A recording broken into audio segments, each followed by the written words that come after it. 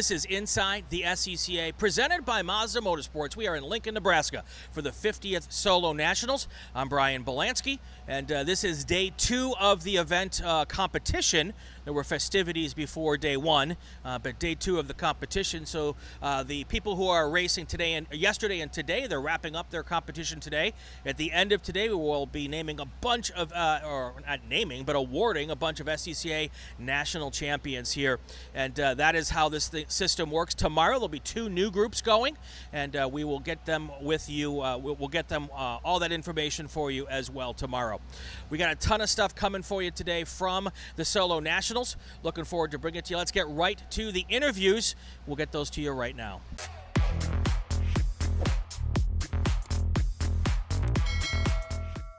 Inside the SCCA, presented by Mazda Motorsports. We're here this morning with Vivica Goel.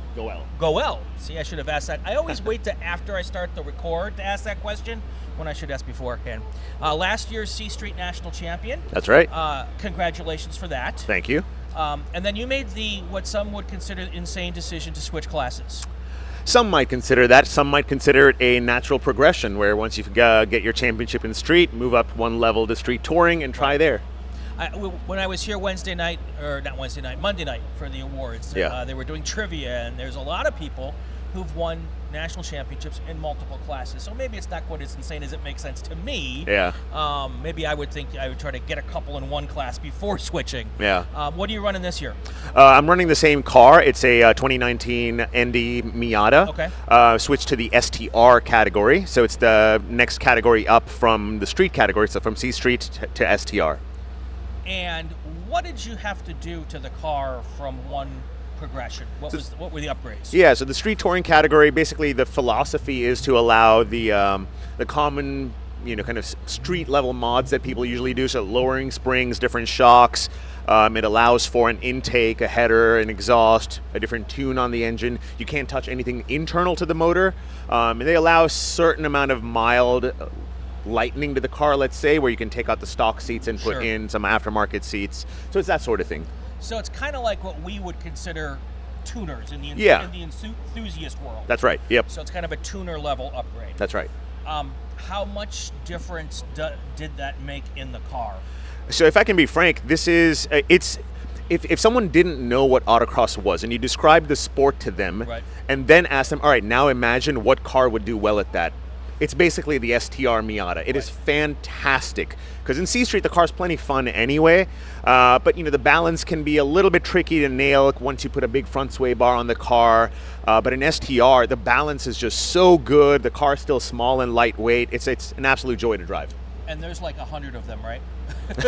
It seems like. Yeah, there's a lot of NDs here. The STR class actually is not super large in terms of numbers. It's just around 30 drivers this year at Solo Nationals, but it's very dense with talent. There's, I want to say 6 or 7 national champions in the class, including some who have top index nationals 4 or 5 times. So it's a tough class. So for you, was it the progression to go to a tougher or a different car? Or was it because you wanted to test yourself against that level of driver competition? It's probably a little bit of 80-20. The 80% part of it is wanting to compete against some of the drivers who I believe are the best in the sport and see what I can do against them and basically use it as motivation to improve. And the other 20% was to make the car a little bit more fun and exciting to drive. Sure. How long had you run the car in C Street? I did 2 years in C Street. So you were still relatively new to it in that regard. Sure, yeah. How long have you been doing autocross? This is my 15th Nationals and my 17th year of autocross. So when did you find Miata? What did you start with? Or have you always been with Mazdas? Oh, no. This is my first Miata I've ever owned. Okay. Most people start autocross with a Miata, but here I am with 15 years into it where I got the Miata. I've jumped around cars a little bit. I started with an Acura RSX that I just happened to have. Then co-drove for a couple of years actually I did co-drive in an NC Miata for a while. Then I got myself an NSX that I autocrossed for a few years, then jumped into Corvettes for a few years, and then finally made the switch to a Miata. That's a very common story. I'm here with a Honda Fit because it's what I have. Yeah, exactly. And it ain't going to win. even if I were a national level talent driver.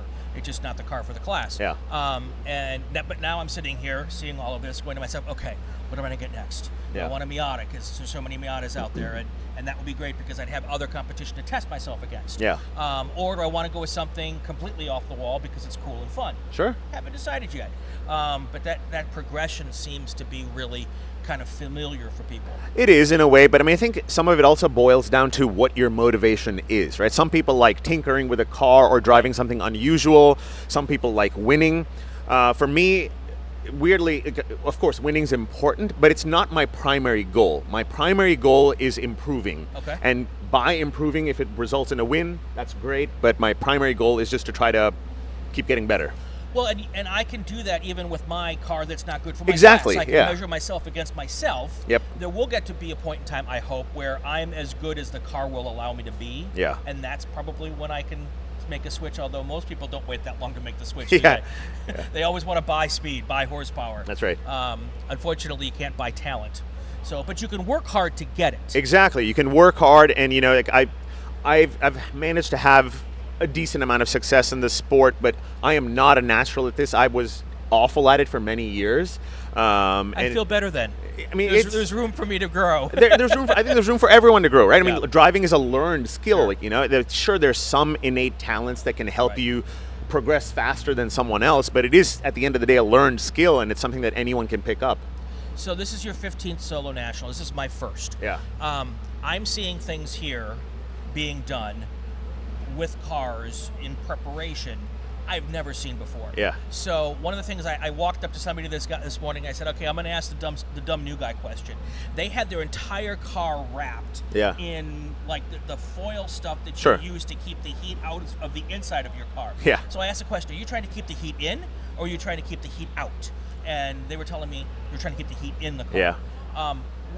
This is a whole new level when you get to nationals. It is, yeah. You know, every little bit counts here if you're trying to get the win, right? And on a cool morning like today, especially for race-tired cars where, you know, they're very lightweight to begin with, so on a cool morning when they're lightweight, it's hard for them to get any heat into their tires. So the little heat they generate on one run, they're trying to contain that within the car so that they have warmer tires for the subsequent runs. I noticed that this morning when I did the test and tune, I didn't get any tire pressure raised from it. Yeah. The tires were as cool to the touch as they were after driving here. I probably got more heat out of the car driving from the hotel to here than I did on the test and tune course. What other little tips and tricks are the people doing here that you might not see at your local autocross? So the biggest thing that you'll see here that you won't see locally, you might see a bunch of people with those oscillating tools and they're scraping their tires after runs. So here, when you have 1,300 people running the same course, there's a lot of rubber that gets smeared across the track that you're not going to see it. Yeah, that you're not going to see at your local autocross, and that sticks onto the tires. And now, you know, it's not your tire actually making contact with the ground; it's seam sealer and other OPR that's on your tires. So you'll see people scraping that off between runs. Sometimes, you know, most people maybe do it at the end of the day before day two. Sometimes you'll see it between runs. Right. You know, which again might seem ridiculous to a lot of people, but when you're looking for every 100th and 1000th, that becomes essential. Yeah, someone warned me about that before I came, and I just decided that on my first year, I'm just going to go have fun and learn. So you won't be seeing me scraping the clag off my tires this year. Probably do it next year. What other stuff? I think it's mostly mental stuff, right? Because locally, most people when they're driving or competing, there's not a lot of pressure. You're there to have fun. You're there to have a good time. Here, people are, again, they're trying to extract the maximum performance that they can, so they have their own routines. You'll see people isolate themselves or put headphones in, anything that allows them to cut out distraction and stay focused on what they need to do. So you'll see people being a lot more intense. They're not trying to be rude or any of that stuff. It's just they're so focused on getting everything they can out of the car. That's one of the things you'll see out here. You know, you'll always hear the cliche in sports, just treat it like it's any other game. Yeah. You go to the Super Bowl, it's just like any other game. But you kind of you could out-mental yourself here. Yeah. Because you've got, if you're running on like I am and you are Thursday and Friday, you've been here since the Pro Solo. Yeah. So you've had all week to think about Thursday and Friday. Yep. You've probably had the chance to walk the courses a couple of times. Yeah. Maybe you're watching some of the videos after yesterday. You can almost overthink it, can't you? For sure, yeah. I mean, it's as you said, it's cliche to say most sports there's a huge mental component to them, and this is no different. So it's very easy to kind completely not think about anything and try to just wing it through it. Right. But it's maybe more likely that you're going to overthink it and put way too much pressure on yourself. And that's true regardless of whether it's your first time or your 50th time here. You have certain expectations in your mind, and you put so much pressure on yourself to achieve that you can end up psyching yourself out. Let's talk for a minute about the event. Yeah. Let's forget about what's happening over there. All right. And I keep saying over there, and when I say over there, folks, that's where all the racing's happening. To my left, there's the 2 courses. Over here is where all the fun's happening. That's right. We've talked about the swimming pool. We've talked about these huge tent cities. This is unlike anything in motorsports. It really is. And again, I mean, I'm going to use some cliche terms that maybe others have mentioned so far, right? But you hear this being called the Burning Man of cars and such, right? And it very much is that spirit, at least, right? Where everyone's very helpful. Everyone's here to enjoy themselves. You know, we see friends we only see once or twice a year. It's very collegial while being very competitive, of course. And yeah, the social part is, for a lot of people, just as, if not more important than the competitive aspects of things. And that's not to minimize the competition. If anything, is to maximize the social side of things. Well, I think you obviously want to beat your friends. Yes. You know, even if you have fun over in the parties, it's more fun, or maybe a little when you don't have to worry about them coming after you and talking trash, right? Yeah. Well, I mean, the flip side of that, to beat friends, you need to make friends first. That's So right. so go out there and make some friends. And then you're beating friends. I love it. Any other thoughts on other folks who may have never been to a national should just come, right? Yeah. So I'm fortunate. I'm the president of our local region, and Which is? Give yourself some props. we're the Texas Spoke Sports Car Club in Austin, Texas. And we this year we brought 60 drivers here, several of who are like first-time nationals competitors. A couple who are in their first year of autocross have decided to come out here. Several in their second year of autocross. And they're having a great time, so they say. You know, I think they are, though. And I really encourage anyone that, you know, whether you're brand new to the sport or you've been doing it 30 years and have never done it, right? Come out here. Just being in this environment and seeing the level of competition, even if you don't do well, right? Being witness to it is going to elevate your game so much. You'll make friends that you didn't know you needed. Right. And it's going to be a great addition to your life. Great. Vivica Goel, thank you so much. Yeah, pleasure Good luck to be here. This week, maybe your second national championship. Hope so. And you know, we'll be watching closely. All right. Thank you very much. All right, we'll be back in just a bit with more. This is Inside the SCCA, presented by Mazda Motorsports.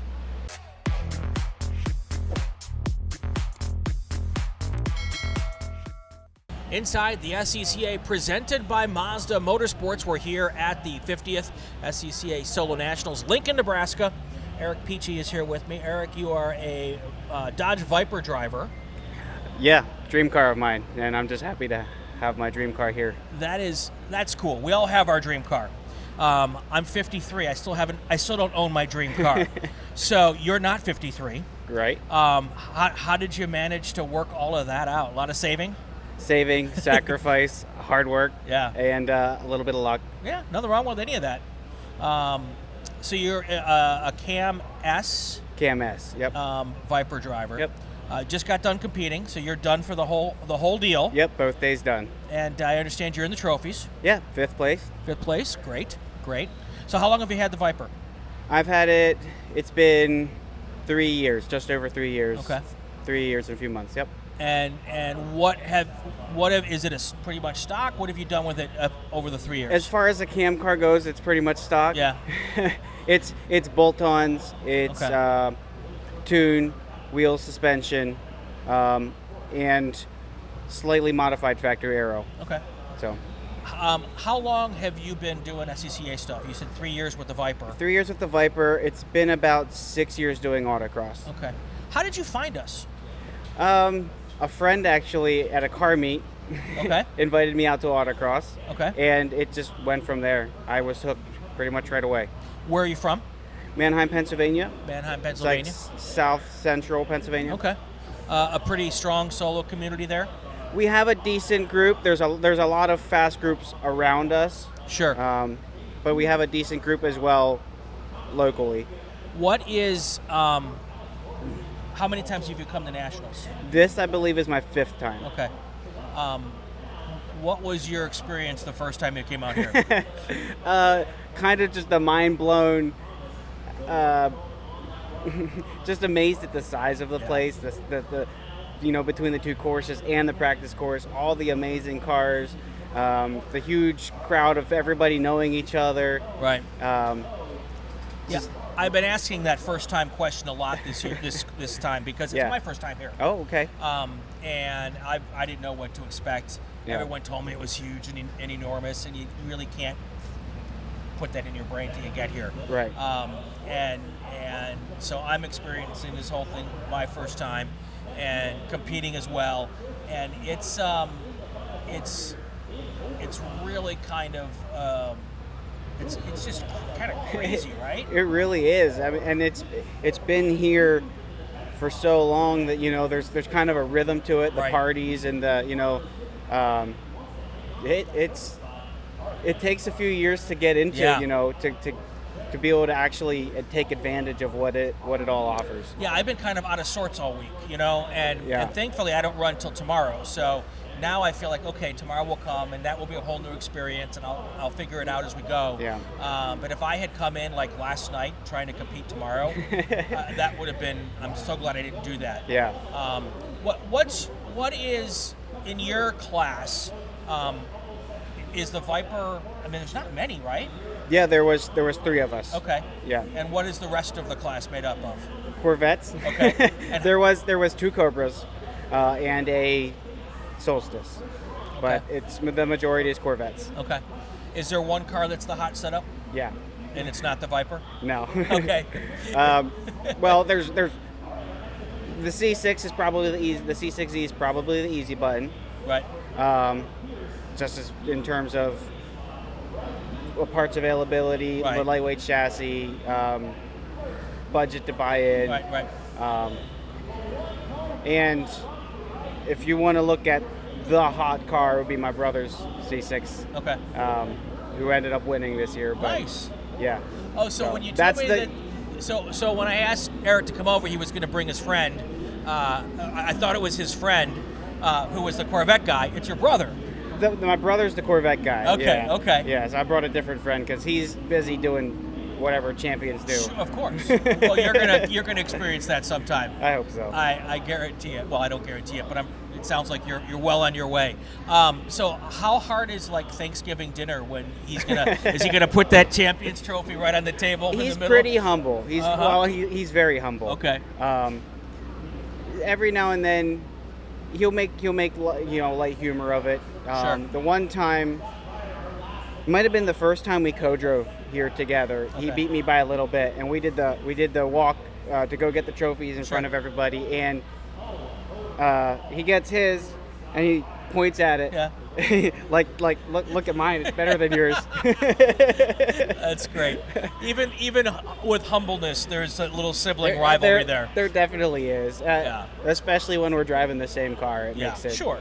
That makes it a little bit better. Yeah. Makes a lot of sense. Well, you could tell him that if you really wanted to go fast, you would buy a different car. Right. Yeah. I'd just drive. I'd buy the right car like he did. Right. Instead of enjoying the car I drive. You're being a good brother by letting him drive the better car. I'm suffering by driving the car that I'd rather drive. No, in all reality, my car could be there. Right. It's just the amount of people building them especially for this is, well, I'm the only one building that style for this. So it's a bit more of a learning curve, a lot more unknown. So that's my excuse. You know what? And we all have to have a good excuse. And I don't feel like cutting up my dream car. Well, that's make a good a race point. car. So that's a good point.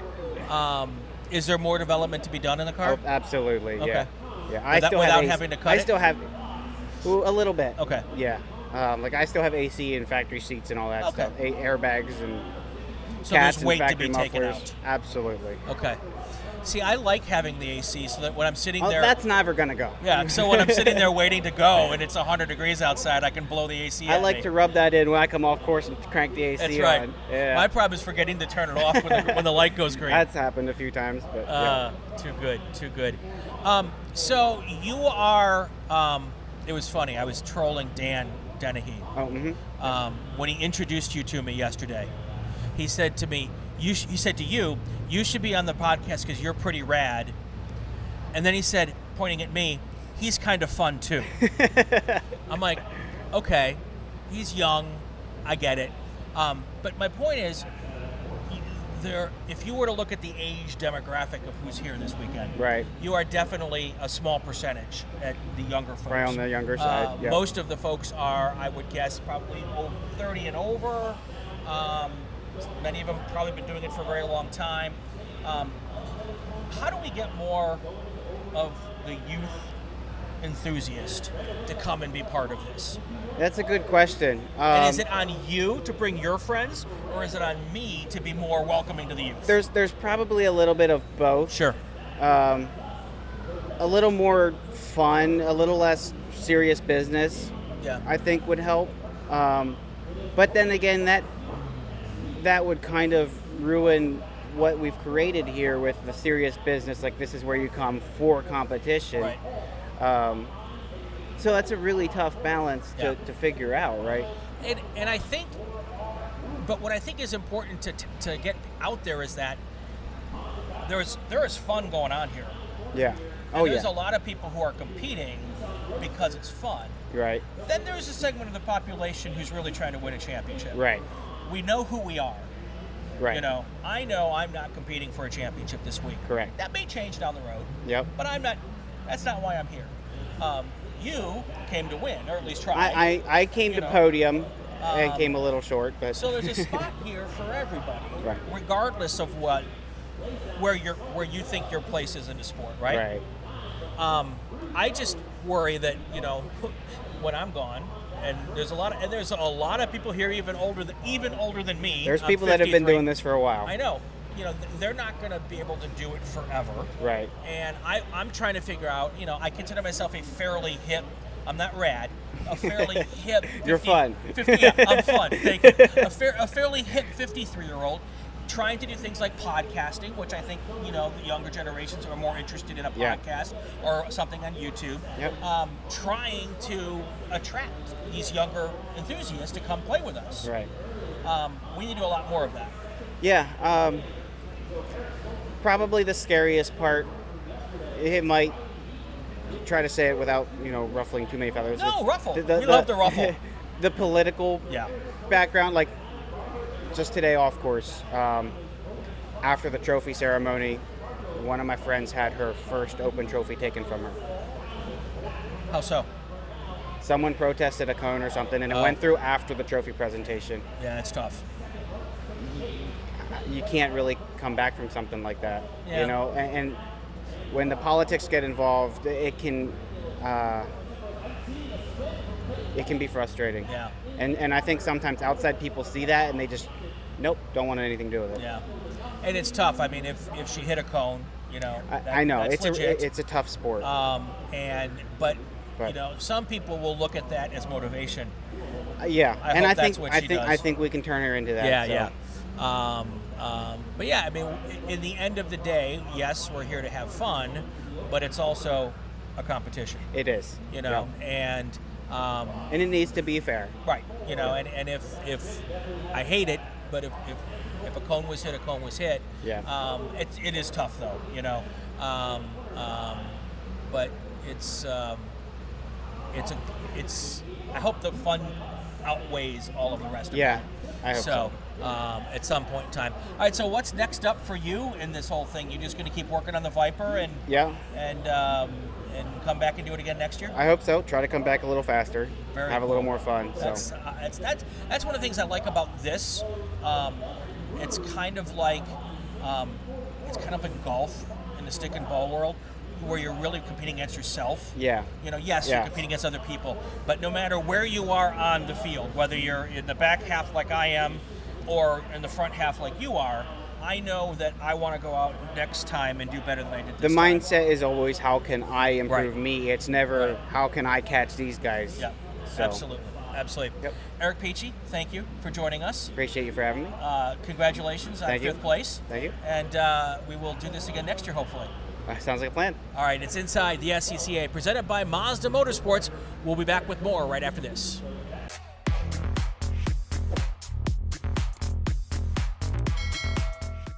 I want to take a few minutes here just to thank the folks who helped us to get here to the Solo Nationals.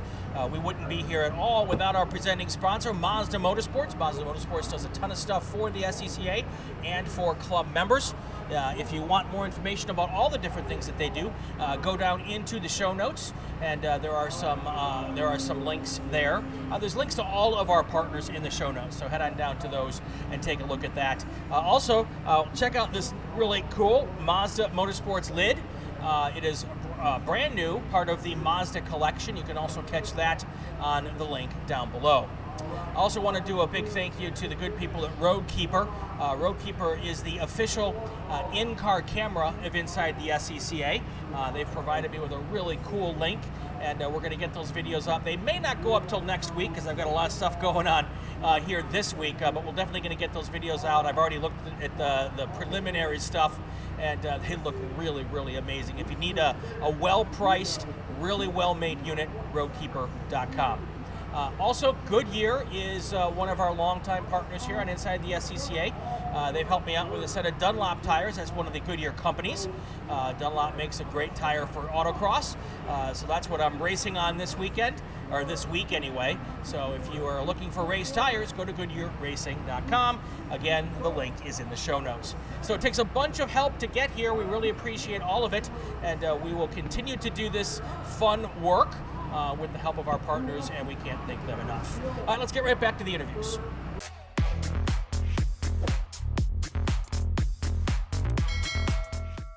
We're at the 50th SCCA Solo Nationals. I'm Brian Belansky. This is Inside the SCCA, presented by Mazda Motorsports. Chris Robbins is here with me. How are Yay, you? Mazda. There you go. There you go. You just happen to be a Mazda driver. I just happen to be a Mazda driver. And if you've seen our show Open, there's some in-car video. Which is my car. Which inside. is your car, Yeah. which I appreciate your helping me out with that. You bet. But I don't want to talk about Solo. Well, maybe I do.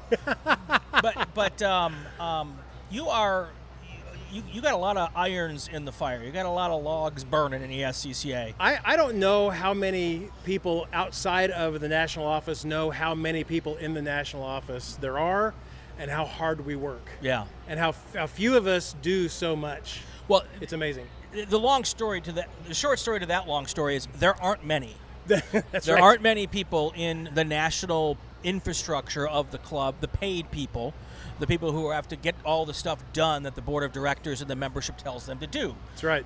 It is a shockingly small number of people. It is. Which means you have to wear several hats. I wear several hats. Which hats do you wear? So region. This is like the end of like a race where you have to in the victory circle. That's you're right. putting on your hat. So what are the hats? So region development is a lot. Right. It's about communication. It's about training. It's about working one-on-one and in large groups with our region leaders, our program chairs, anybody that touches members. Right. We work with to try to help support them, train them, listen to them, find out what their hot buttons are, try to help them with some of those things. Between Abby and me, Abby Scher, who works with me, we have quarterly region leader meetings for the REs of all the different sizes.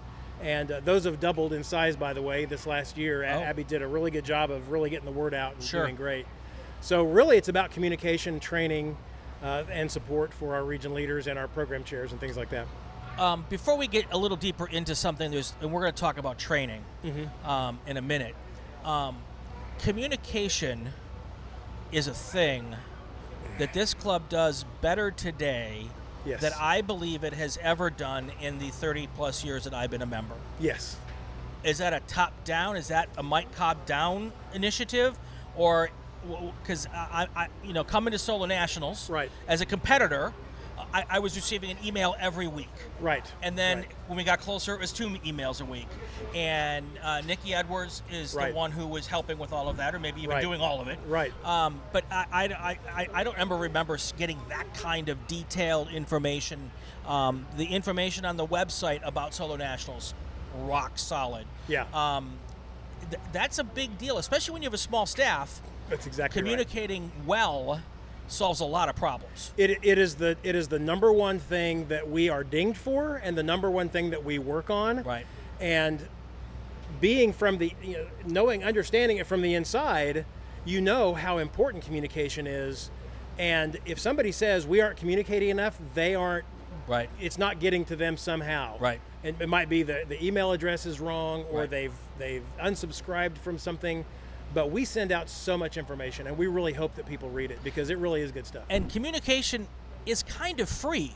It kind of is. I mean, yeah. it's like the one thing you can do that Yeah. doesn't cost a member anything. It's an email now. Yeah. Nowadays, it's free. Yeah. Used to be able to put a stamp on a friggin' Right. email and send the damn thing out. Right. Now you just a couple of clicks and boom, it's gone. Right. But Right. so you can do it cheaply, but you also have to do it effectively. Yeah. And the club's doing that better now than ever. We're being Thank trolled right you. now by Mike Cobb over here, who is on our earlier shows.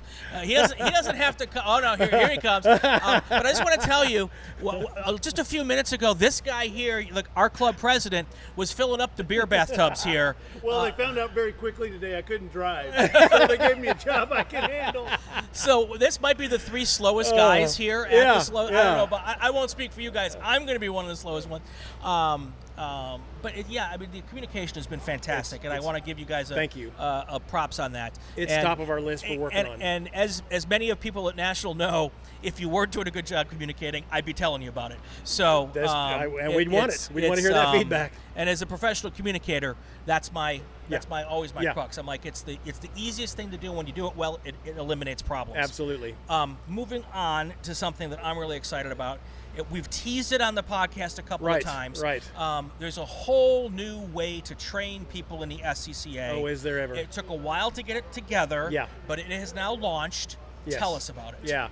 So, and you and I spoke a year ago, or Yep. at the beginning of this year, about our convention that we Right. just had, and what was going on about that. And so that's one of the other hats I wear is the convention, Right. and Abby and I orchestrate that and facilitate that. Along with the convention, one of the best things about people getting together is learning from each other. Right. And it used to be that everybody was trained in the SCCA by the person leaving the position. Right. And sometimes they left a manual, and sometimes they had a conversation, and sometimes, if you were lucky, you got to work side by side with them. Right. But we have a lot of licensed specialty positions, especially in road racing. But every one of our programs, every one of our competition groups has a safety steward type of a position. Right. So we have focused on those 3 really key areas. Our safety stewards and road rally safety steward training was the first to kind of come out in our new fashion. Solo safety steward is now out, and rallycross is coming very, very soon. We Right. hope to have that done by the end of the year. Another area we've been training is in leadership. Now we've kind of had a soft launch. We started that out, and we're doing that on in the same format, but it's for any leader, anybody that runs the program or runs the regions. Right. The last one, and the one that's been the biggest, I think, home run, has been our flagging and Right. communications training. We just rolled it out a month ago, and we've already got 100 new certified flaggers and 30 some odd new members that have joined so they could take the training. Right. How we've done all this is why it's taken so long, and Right. that is our new SCCA Academy Learning Management System. That's the infrastructure we had to build, we had to populate, we had to get into our system of understanding for all of our people that are members, Right. so that different people could take different trainings. We Right. had to connect those two. So we're really excited about that. So anyone who's ever been part of a volunteer organization, Yeah. and that model of the person leaving trains the person coming in, Yeah. understands the fact that the person who has the position in a volunteer situation is often the only person who is willing to do the job. Right. Which, God bless them and thank you Yes, all. absolutely. But those people aren't always the best trainers. Yes. And they're training the best practices that they've learned in their bubble. Yes. Yes. What this system does, and the little bit that I've had a chance to peek at it, and I'm looking forward to doing more, Right. is it has now expanded the bubble Yes. to the entire Yes. SCCA. Yes. And now these training modules are getting the best knowledge from the best people all over the country. Right. So if just because I do it one way in Cal Club doesn't mean that that's how they do it in DC region. Right. I've been really fortunate because I've traveled around the country that I have been a member of 9 different regions. Wow. I've seen this club done Yeah. legitimately nine different ways. Right. Not that we need to all do it the same way. Right. But I've seen 9 different management styles, 9 different training styles, all this stuff. And I always said to myself, I'd like to try to take the best pieces of each of them and take them to Right. my next spot. Right. But the people at the next spot don't always want to hear it. Right. That's exactly I've right. learned that the hard way. And there's been more conversations where I've had people probably turn around and walk away and go, that guy from somewhere else, blah, blah, blah, blah, blah. But when we codify it in a national format, Yes. it takes the onus off of me, new guy, Right. from another region, coming in with an idea, or even a younger person Yes. in that region Right. trying to help become it's a little scary It is. to become management of help manage a Right. region's stuff, Right. because it's a little scary and daunting, and people Yeah. don't like change. But when it's coming from national, where these are some best practices, Right. that is a huge step forward. And it isn't just us writing the curriculum and then giving it to Right. everybody. We're bringing in subject matter experts who work with us to develop the scripts, to develop the videos that go along with it, and to really put out a great product. Right. And it's been super well received. You do not have to be a technological guru to be able to take this either. It's video based. If you could watch YouTube, If you can watch YouTube, you can take these Yes. courses. That's exactly right. It's Yeah. exactly right. And the best news is it is the one rightest way to do any job. And then after you've taken these courses and you've absorbed that knowledge and you've been assessed on your comprehension of it, Right. we won't use the word test, but we have to make sure that you got what was in the video content. Right. And once you've done that, now you can get with, and we want you to get with, a mentor, Right. a person who's got experience to work side by side with them. Right. Our safety stewards are required to do that to get their actual Sure, license. sure. In flagging and communication, you've got lots of different ways to get into this. Right. If you want to become certified, though, you have to take the F&C course. Nice. And you will work with somebody on a corner. You're not Sure. going to be thrown to the wolves. Right. You have to work and learn how to use these things. But now you've already got the knowledge that you developed by Right. taking these classes. So We talked beforehand about this. We're going to get some folks on the podcast who've gone through the program, or at least Yeah. started the program, to get a really better sense of how it works and all that Yeah. kind of stuff. What else is going on in your world? Oh, golly. Well, so Convention 2024 is coming. Okay. We have a new theme, Grow, and that's it kind of Sure. goes along with our Unite, Connect, and Engage that we've had. Here's the number one question that everyone asks about the convention. Yeah. In person or virtual? Yes. The national convention will be virtual, but we are promoting all of our divisional conventions, which allow people to come Okay. face to face. Okay. And we actually had more people attend the 5 or 6 divisional conventions last year than ever attended any of our national conventions. Nice. So that's really, I think, the best way to connect with people. We doubled the number of people that attended by going virtual. Right. And we don't want to take away the face-to-face, but it's easier to travel and it's shorter distances when they do it divisionally. So is the best way to do it to have the divisional convention face-to-face after the national conventions, so you can build on Yes. what's been done at the national That's convention? exactly how it's working. The national convention is the 3rd week in June, like it has been Right. for a while. We will have about a week's worth of content Right.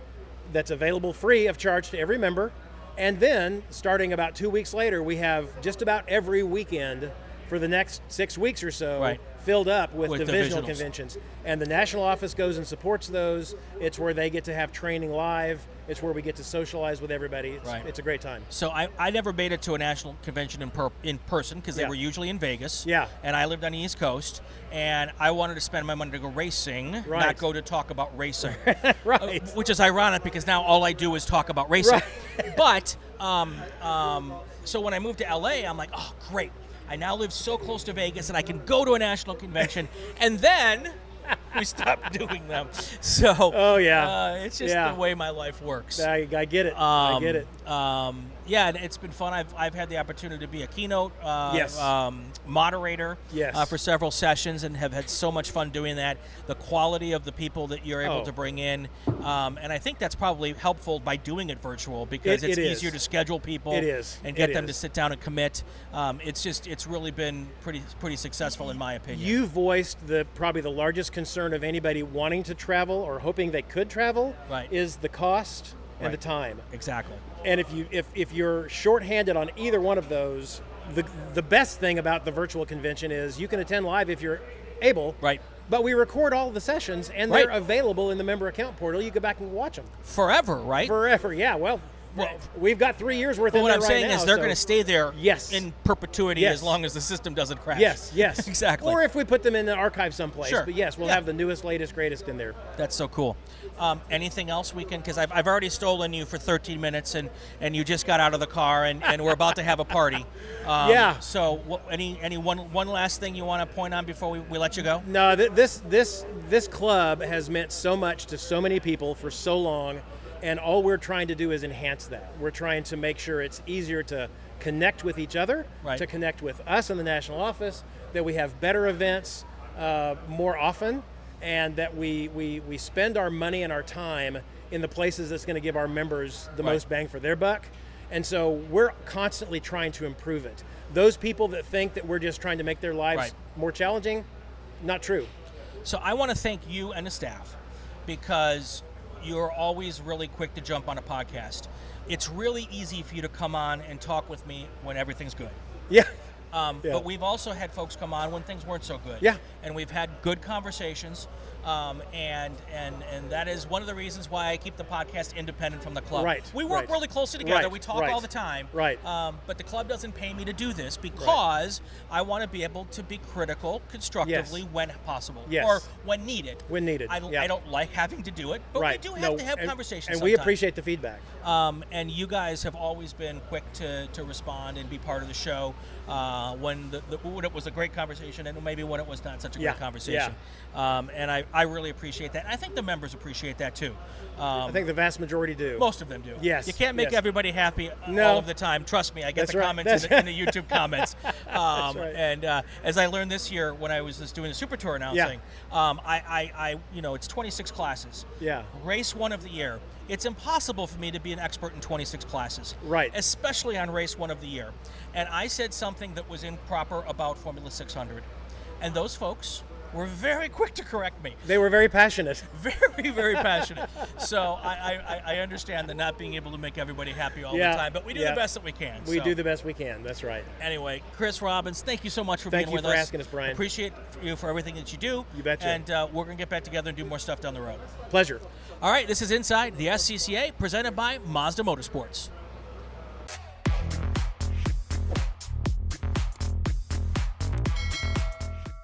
We are here at the 50th Solo Nationals in beautiful Lincoln, Nebraska. The weather today, better than yesterday. No, No, you liked it hotter? no, yes. Okay. I just don't like the flies. There's flies everywhere. It's crazy. Yeah. Much cooler today than yesterday. That's good for some people and not good for others. How's that? Sure. Okay. Casey Coughlin is here with me. Casey drives a C Street Ladies Yes. Mazda Miata. When do you run? I ran this morning. Okay, so you're done. I'm done. Thank You're done? goodness. Oh. Well, was it a relief that you're done? A relief that you won? How did you do? Both. Did you win? I did. Yes. There we go. So let me start. I'm not going to start over, but I'm going to do the introduction again. Sitting here with me right now is the 2023 C Street Ladies National Champion. Thank you.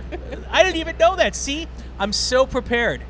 That is so cool. Thanks. Is it your first? This is my fourth, but first in C Street Ladies. Cool. How tough was the competition? How close was it? It was extremely tough. Yeah?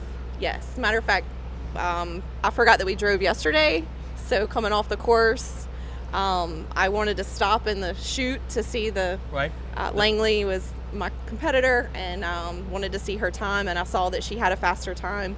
I had to drive back to the pits because I didn't want to get Right. yelled at, but I thought I lost, Right. because I forgot we ran yesterday, so there's that. So the way it works Little here, blonde folks, moment. if you're new to Solo and Solo Nationals, is we have 2 runs. So you run on different days on different courses, and the fastest run from each course is added together to get your total time.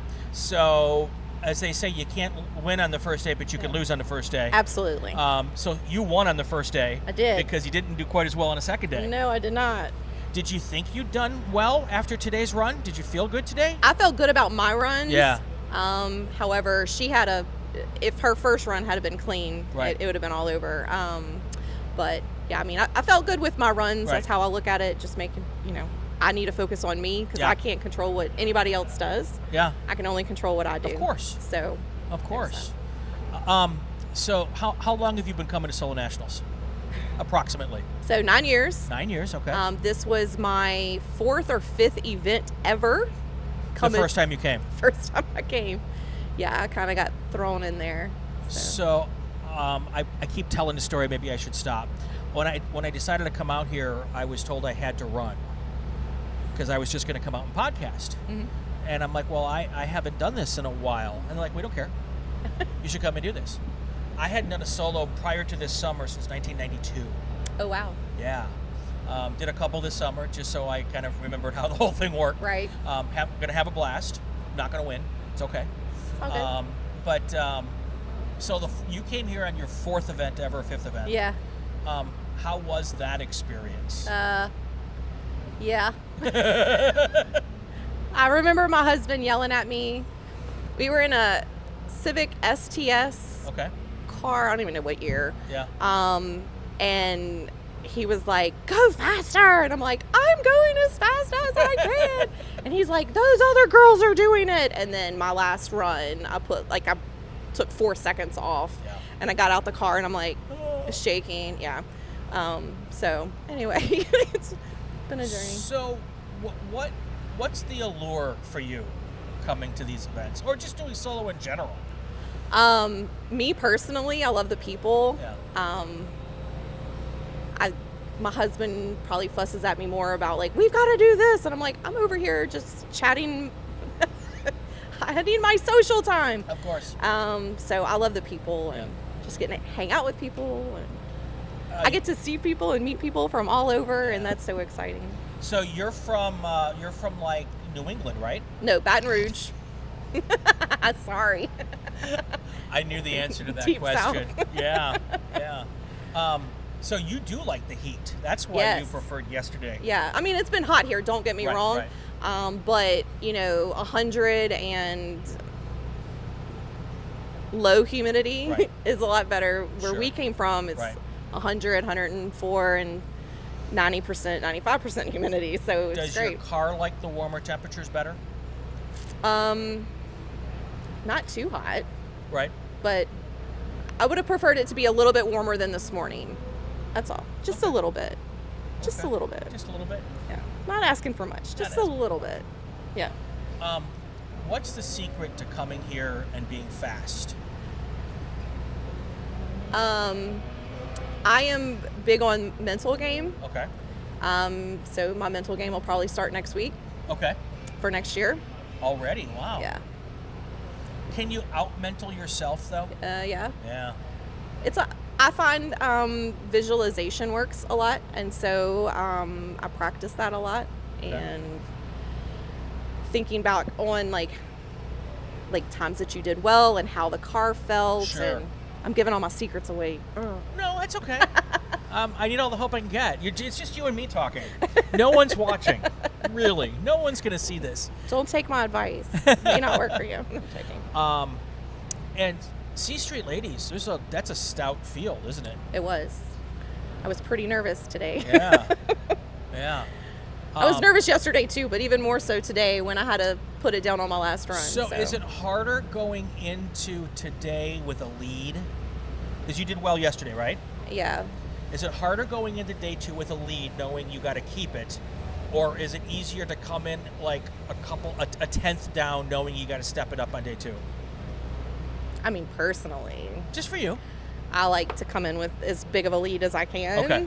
To make day 2 easier. Right. So when then things happen like they did today for me, Sure. I have that extra cushion. 10 out of 10 don't recommend having to put it down on your last run. So was your fast run today the last run? Yeah. Okay. Yeah. My first run, and these are all excuses. Well, we are the kings and queens of Yeah. excuses. Sure, we'll go with it. Yeah.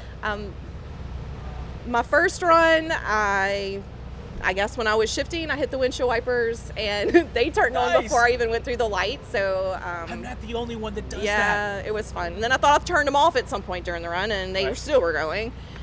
The second run, about a quarter of the way through, I realized when I got to the back part of the field, the radio was still on. So there was a few times I'm like, trying to hit the radio and turn it off. Never got it turned off.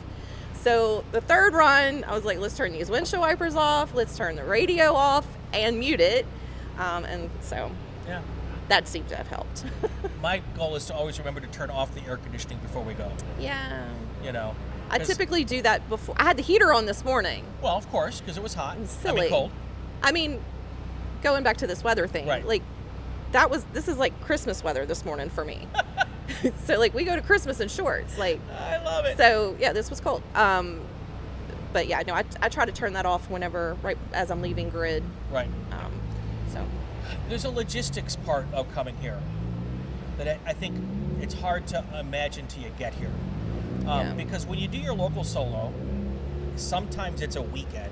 Mm-hmm. Oftentimes it's one day. So you can wake up in the morning, you can look at the forecast, you know what to bring with you. Mm-hmm. Yeah. When you come to Lincoln, or any big event that's Yeah. multiple days, I brought a sweatshirt today that I never would have needed yesterday or the day before. Correct. But if I hadn't brought the sweatshirt, I'd be scrambling this morning and my head would be going somewhere else. Right. Like, do they have sweatshirts in the tent for me to buy? yeah. You got to really think of everything, right? Oh yeah.